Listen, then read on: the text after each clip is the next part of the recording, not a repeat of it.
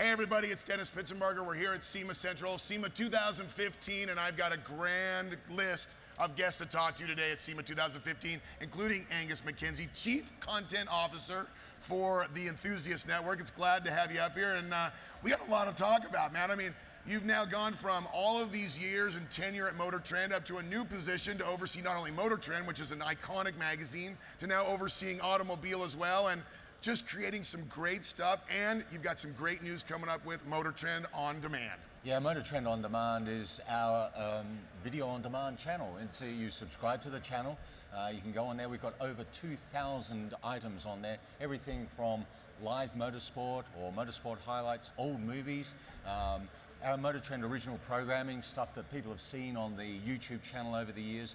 That's also now on Motor Trend On Demand, and we're going to increase that and boost and put more content up there. It's basically Netflix for gearheads. If you like cars and car culture, you're going to find something that you really want to watch on Motor Trend On Demand. Well, I love it. I think if you can see some old Hot Rod Unlimited videos, you'll see yours truly up there painting a car in a driveway. I think there might be a few of those in there, so if you pay me really well, I might be able to keep them off the... Okay, keep them off the table. Well, what's going on? You know, it's really not just about, I don't want to say Motor Trend and have it be pigeonholed, because it's really the whole envelope of the Enthusiast Network going into this one big channel. Maybe let everybody know how it's chopped up or how people can get different types of content. Well, you know, I came to America 11.5 years ago. It was to run a magazine called Motor Trend. And now, you know, we don't talk about having a magazine, we don't talk about having readers. We talk about automotive media brands like Motor Trend, Automobile, Hot Rod, Roadkill, and we talk about an audience. And you know, that audience interacts with the brands on different platforms. We have print platforms. Print is our heritage and our legacy. It's how we started. You know, and it ain't going away. Ain't going away.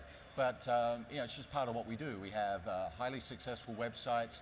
We've got our video platforms, the Motor Trend channel, the world's largest automotive channel on YouTube, 3.5 million subscribers. It's amazing. And as well now, Motor Trend On Demand, our video on demand platform, plus you know, the mobile phone content, the tablet content.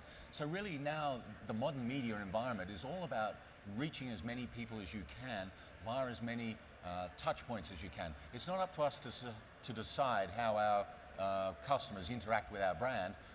Our job is to give them the content they want, where they want it, when they want it. And that's a great way to do it. You know, and it's the way the world is. I mean, I was texting my 10-year-old daughter, and I had to remind her why I was here. So I'm talking at SEMA, and I got to remind myself I'm texting my 10-year-old daughter.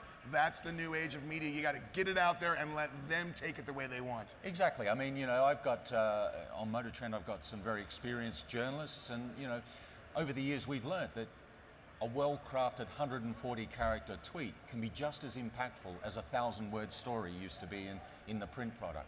And you know, if you look at our audience, the Enthusiast Network reaches about 150 million people a month. Amazing. And you know, over 100 million of that is social media audience. It's Facebook, it's Instagram, it's Twitter.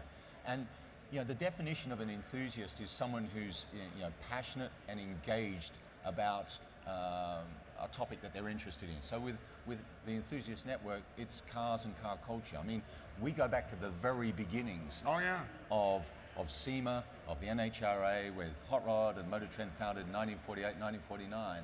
So it's fascinating to see us continue the passion into a newer audience and a younger audience with these new platforms. Do you think Robert E. Peterson's up there with his iPad reading this right now?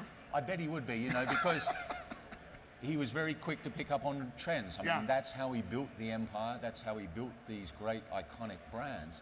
So I think he would very much get this. He would very much understand. He was always ahead of the curve. Absolutely. Let me ask you a question about something I find interesting, and it might be troubling for you, it might be easy for you.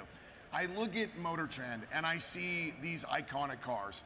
Lamborghini Aventador, LaFerrari, these cars that are what I would consider unobtainium to a lot of people. But still incredible cars that you want to read about and know about, and you guys let us experience them through Motor Trend or Automobile or any of the other facets. How do you then put that passion and that excitement into the minivan test when my wife and I are looking for a new way to get the soccer kids out to the field? I mean, if you're into cars, we're into everything. You know, Motor Trend legitimately tests everything from pickup trucks to supercars. And we take it pretty seriously. If you look at our of the year awards, you know, car, truck, an SUV of the year.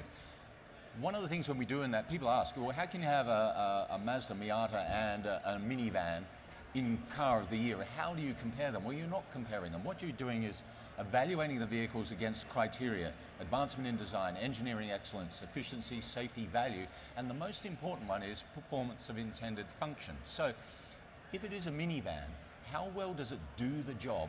How well does the vacuum work in the back? Exactly. How well does it do the job its designers and marketers and engineers intended it to do? Yeah. And so we approach every vehicle with that headset on. It's like, if we are testing a minivan, how good of a job does it do of being a minivan? How good of a job does a Ferrari do of being a Ferrari?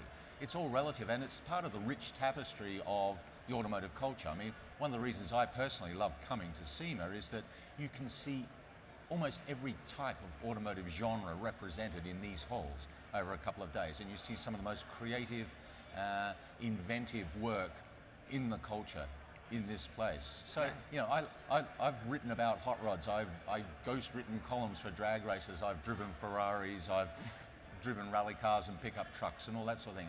If you're into cars, you love them all. That's a very true statement. Well, being a guy who's a huge Camaro fan, as you can tell by my little badges of honor, the last issue of Motor Trend, best one ever. That 6th gen was an amazing car, and I'm going to support it all the way. If people want to know how to get a hold of you or check out Motor Trend on Demand, there's the camera. Tell them how. Okay, so come to Motor Trend on Demand. You can find it online, and also check us out at motortrend.com. All the details are there. He's Angus MacKenzie, Chief Content Officer of the Enthusiast Network. I'm Dennis. We'll see you soon.